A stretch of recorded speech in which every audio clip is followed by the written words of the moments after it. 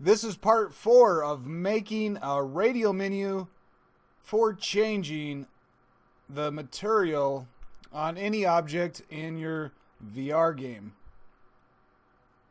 We've already made the UI, we've already made the menu open and close, but it doesn't do this nice smooth transition yet.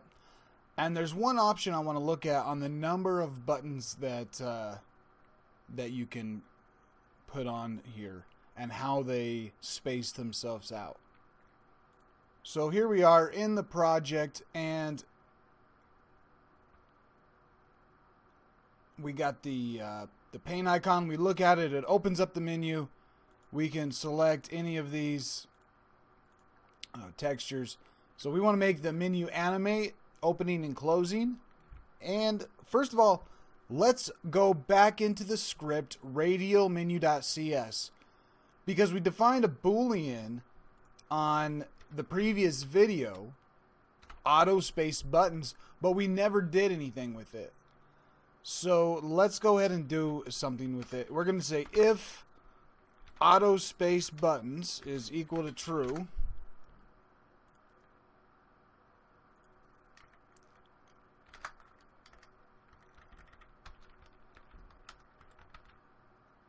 then we'll go ahead and do all that stuff. Otherwise, the auto space buttons is false. And we want to do almost the same thing, except we're going to set the total. This is getting the total number of materials. And on this one, we're going to change that number to the number of buttons. Now really all this code is the same,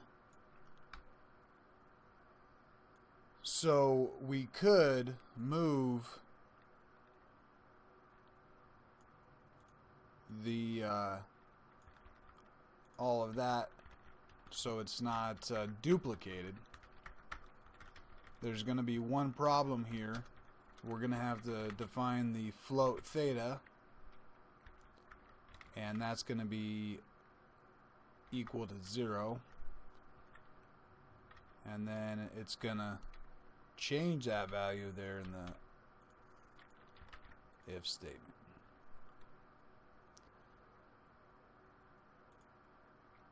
So if auto space buttons is true, this variable is the total number of materials.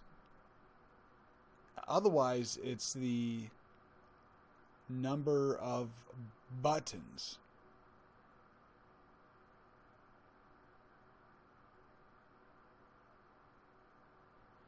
So right now there's 6 materials, and on the radial menu, auto space buttons is set to false. So let's see what happens. There's 6. Alright, let's reduce the number of materials to 3. Alright, so we got 3. 1, 2, 3. So what that option is going to do is going to make a complete circle instead of putting these next to each other. If I say auto space buttons is true,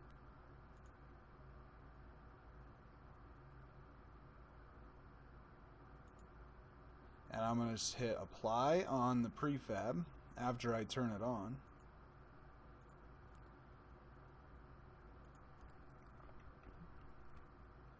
Now it's going to automatically space them into a circle. I guess there's probably a better name for this variable because automatically spaces them either way. But one way it's going to go 1, 2, 3, 4, 5, 6, 7, and this way, if you have this boolean enabled, it's going to automatically space them out to make a perfect circle. So if I were to have if I were to add 4 materials, and we've got to throw something else in there, clouds, and I press play, now the 4 buttons are evenly spaced to make a circle. And if we turn off that variable auto space buttons, it's just gonna do 4 in a row. And see, I have the game object turned off, so there we go. I gotta apply the prefab, turn the game object off. So there now goes 1, 2, 3, 4. So I guess all that shows is there's two different ways to space out the buttons. You can either do it this way or do it this way, and I think I explained the difference between the two. I'm gonna keep it off so that it puts them like this. I think that works a little easier for the gaze input, but it's really just a preference of whatever you think looks best. In fact, let's turn it on. Alright, so the next part is making this menu open up nice and smooth. And I'm going to add one more material here. Let's go 5. And we'll get the, I don't know, map 2. Alright, so now we got 5. Oh, that one looks cool. Now we got 5 different materials on the menu. And at the end of the previous video, we had commented out this line, which makes the material change when you only look at the button. So I'm going to turn that back on. So now when we look at a button, it's going to change automatically. Alright, let's make the menu animate nicely. And so let's go to the Radial menu script.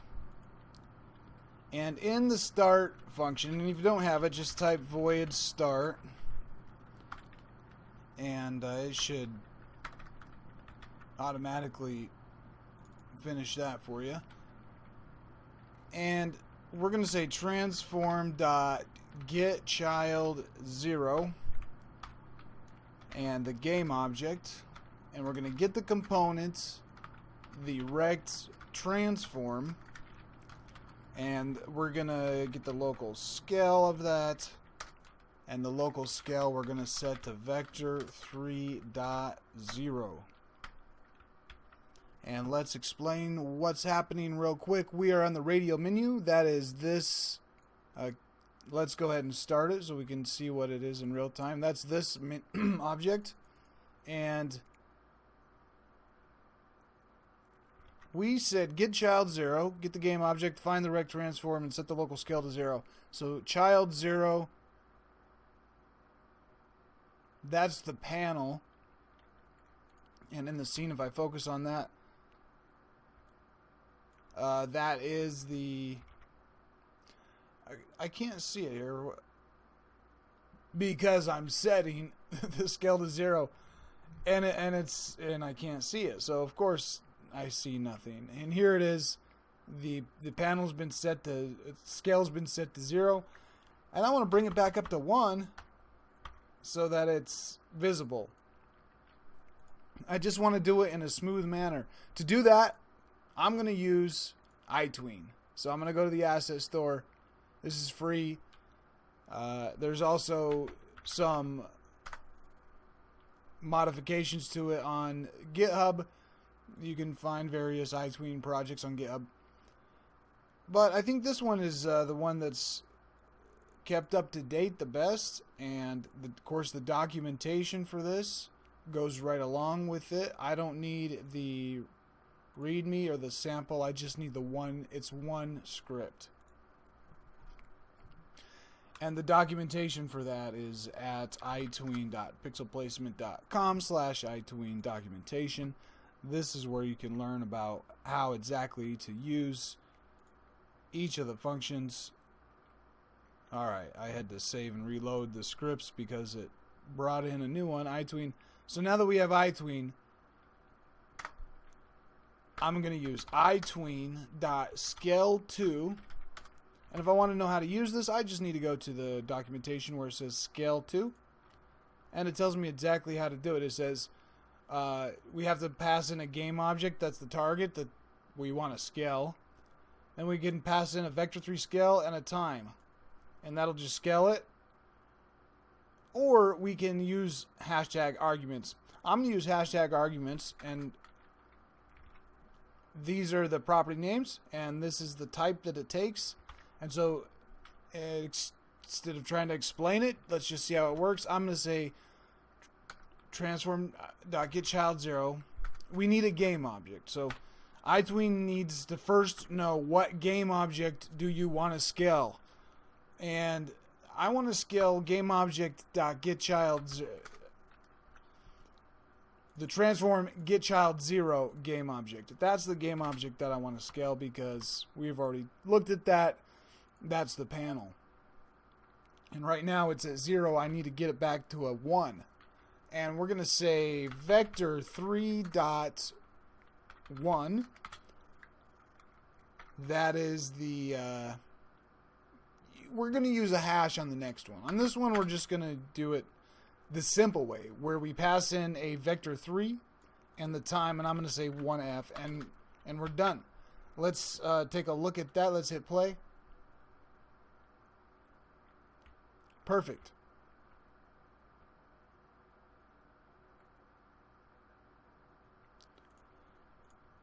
So that's a simple simple itween. And vector3.1, of course, is the same thing as, say, a new vector3 and doing a 1f, 1f, 1f. Of course, it's easier just to say vector3.1. Okay, we've already animated the open. Let's animate the close. So let's switch over to the material changer script. And in the last video, we made the destroy menu coroutine. And this time, we're gonna add one more. We're actually gonna make a private void. It returns void destroy menu, and this function is actually going to destroy the menu. It's going to do the destroy current menu game object. It's going to change the child's collider scale.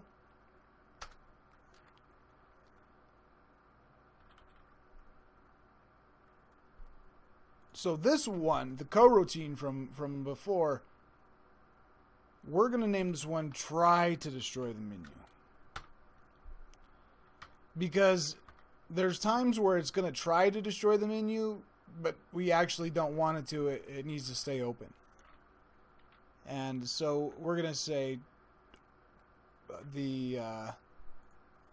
one needs to say try destroy menu. So on pointer exit, we're going to say start coroutine, try destroy menu. And then here we're going to say it's going to yield, return a new wait for the end of the frame. It's going to check if the pointer is over the button or if the pointer is over the menu.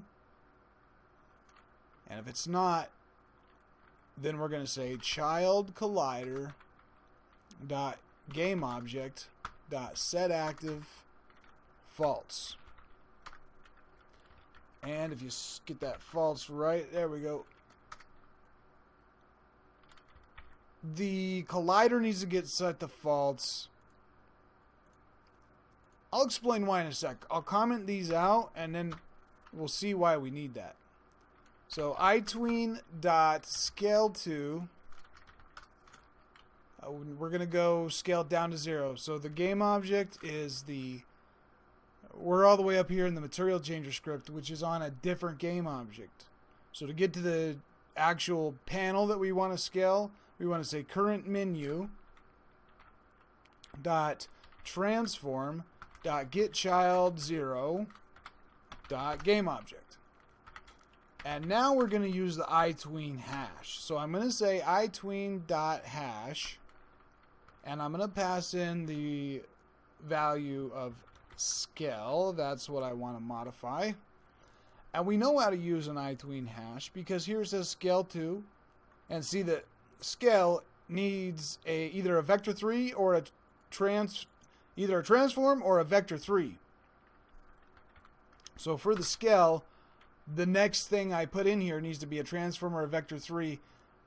In this case, I'm just going to use vector 3.0 because I want everything to go down to 0. And the next one that I'm going to pass in is this time. So all these are strings, so they need to be in the double quotes. And I wanted to take the 1 second.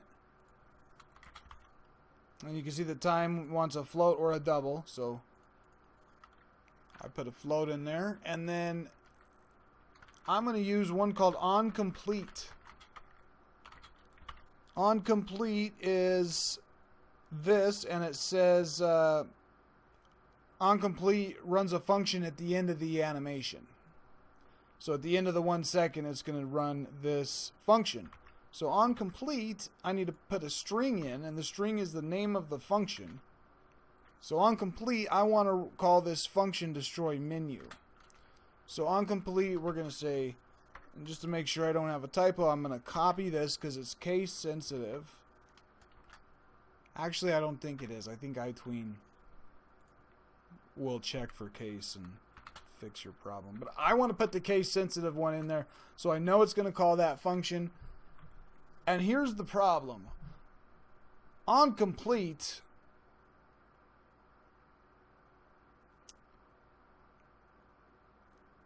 well, it's called on the game object that has the itween. So that is the radial menu. But destroy menu is a function that's on this game object, the material game object. So that's where this parameter comes in. It's called onComplete target, a reference to the game object that holds the onComplete method. So, and I got to pass a game object into that. So I want to say onComplete target, which is this. I could just copy this and paste it here to make sure I don't typo. And I need to pass a game object in here. So I just type in game object because that's this is, you know, my own game object, the material changers game object.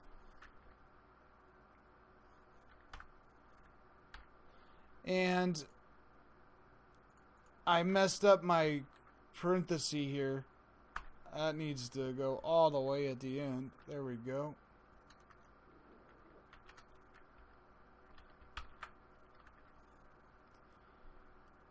So let me get that into the frame. It barely fits. Oh, great. There it's gone. Okay, let's try this again. There it is. You can see itween scale 2, the current menu's game object, but the child 0, so we get the panel. And then we're going to do an itween hash of a scale to vector 3.0 with a time of 1. OnComplete, destroy the menu. And where that function is on game object right here.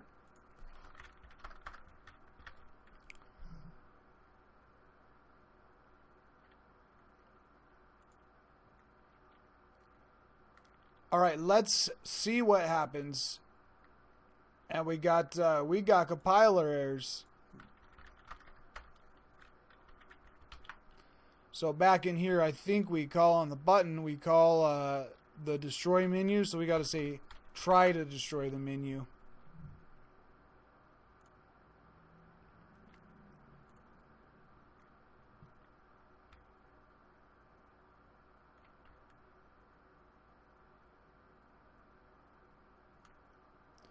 And there it is. We got the null reference exception. The object of type radial menu has been destroyed, but you're still trying to access it. So basically what happened was we started the game, a menu spawned, we looked away, it started to shrink,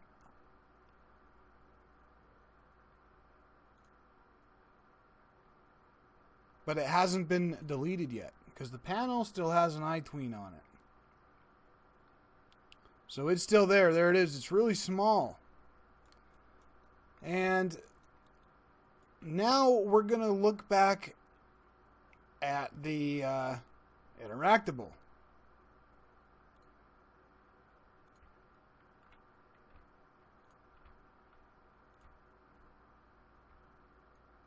All right, no problem. Now the iTween is finished, and it's went ahead and destroyed the menu. So the radial menu is now destroyed. But my gaze is still looking at the interactable. So as soon as my gaze leaves, it's going to fire an on-pointer exit, which is going to try to start a coroutine of destroy menu, which is going to try to scale an object that doesn't exist because it's already been destroyed. Here we go. On pointer exit's going to happen, and it's going to give us an error right then. And you can see the error comes from the coroutine because it can't find an object because it's already been destroyed. So what we need to do to fix this is going back to this thing that we had commented out earlier of turning off the child collider, because the material changer, this guy, is the one with the script that has that pointer exit event that's causing the error. Well, if we turn off the collider, problem solved. There's not going to be any more error. There's another important reason to do this, but we don't want to change the button when the menu is opening and closing. We don't want the material to change on the buttons, so we got to take care of that as well. But first of all, let's say on this destroy menu, when it gets done destroying the menu, then we can turn the child collider dot game object dot set active true. Now the collider itself has an enabled value, so you could use that if you want, but in this case we're just turning off the whole entire game object of the child collider.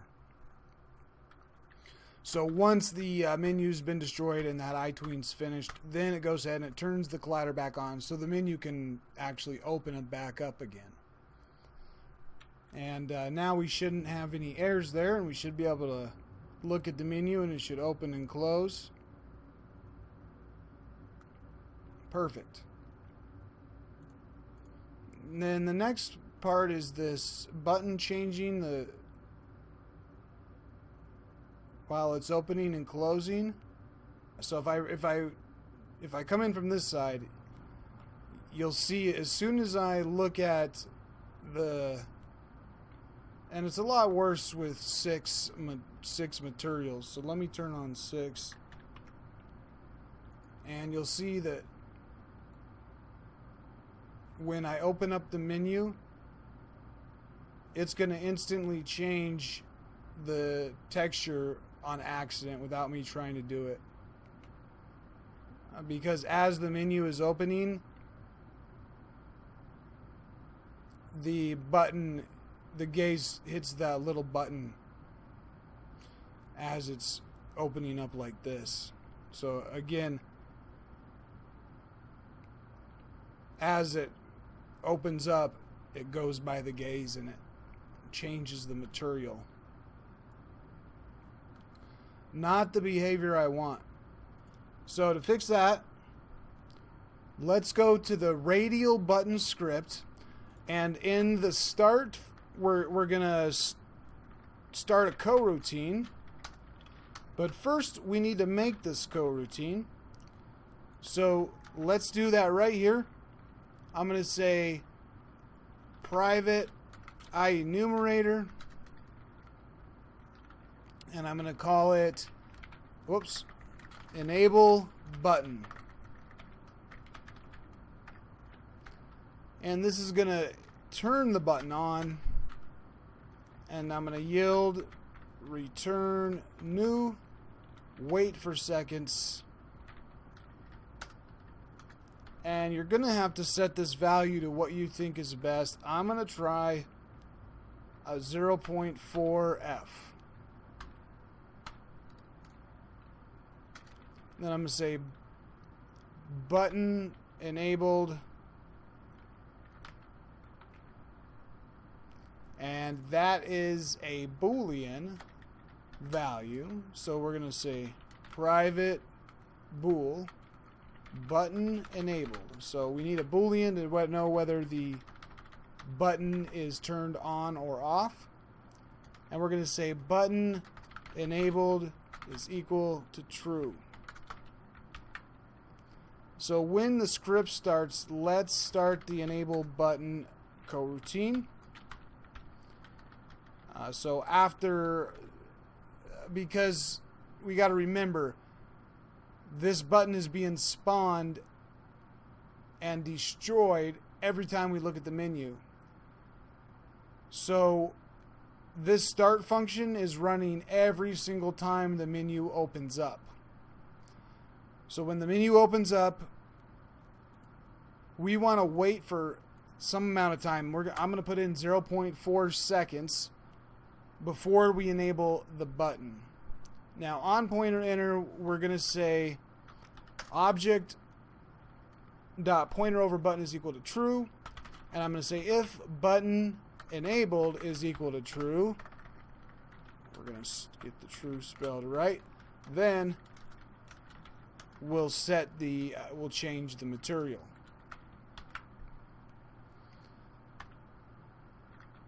Either way, we want to set this variable that to let this script know that the pointer is over a button. But we're not going to let it change the material unless the button enabled variable is set to true. Now same thing in on pointer exit. We're going to say if the button is enabled, and there's two different ways. You could just say if button enabled. That is the same thing as saying equal to true.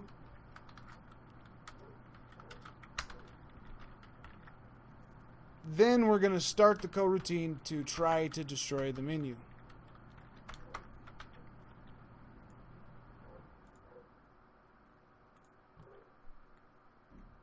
So we're done modifying that script.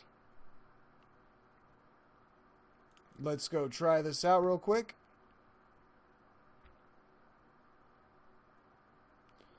So now the button isn't going to change the material for 0.4 seconds. Which means that while it's passing by my cursor right there, while it's opening, it doesn't change the material. You're going to have to adjust the timer to get it just right, because there is one little problem that's with this, and that is if you look at the menu and look right at a button faster than 0.4 seconds, then your gaze is stuck looking at a button and it's not changing the material. But at 0.4 seconds, it's pretty hard to do. I'm going to try. There we go. I got it. So now I'm on this button. I got onto the button quicker than 0.4 seconds. Maybe since I was able to do that, I would bring it down to 0.3. But what I don't want it to do is to change while it's passing over my gaze. So that looks 0.3 still works. And it was pretty hard to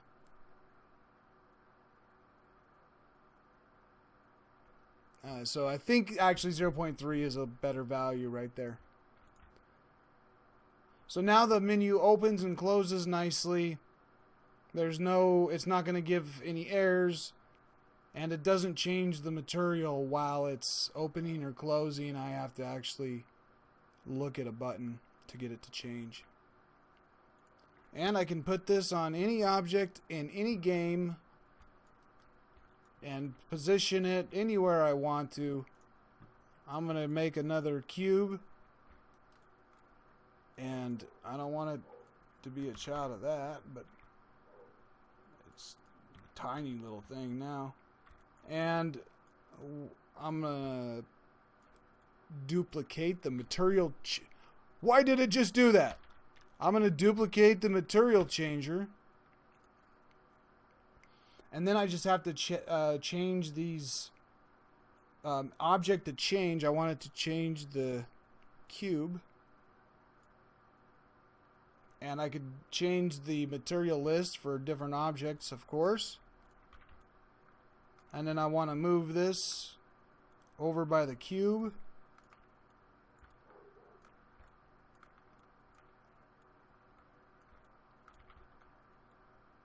Whoops. And I'm going to rotate it around this way.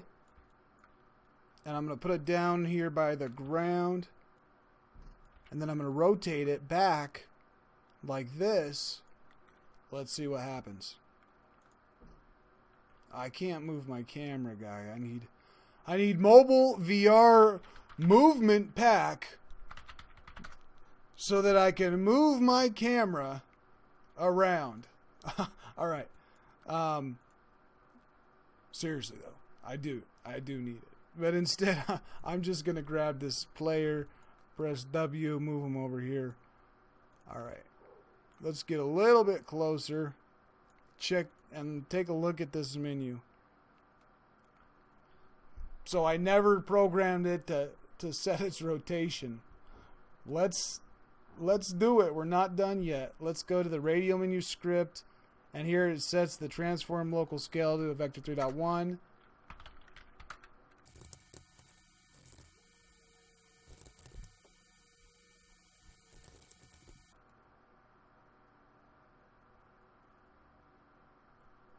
So this is the button rotation, and we probably need to set that as well. But we're going to have to go to the material changer script and go to the current menu .transform .rotation, and we want to set that equal to the material changer's transform rotation. And let's see how that looks. I guess I should have tried this part already. Yeah, and then there we just got to make sure we set the rotation on the button to the rotation of the we should set the rotation of the button. It's the same thing, but we could just use transform that rotation.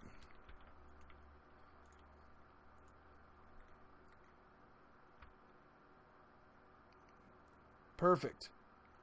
All right, so the obviously, even though I tilted it, it's still going through the ground. So I'm going to have to get this thing up out of the ground. And that's material changer 1. Let's move it up to here and see where it's at. It looks good enough for me. And let me move my guy over here.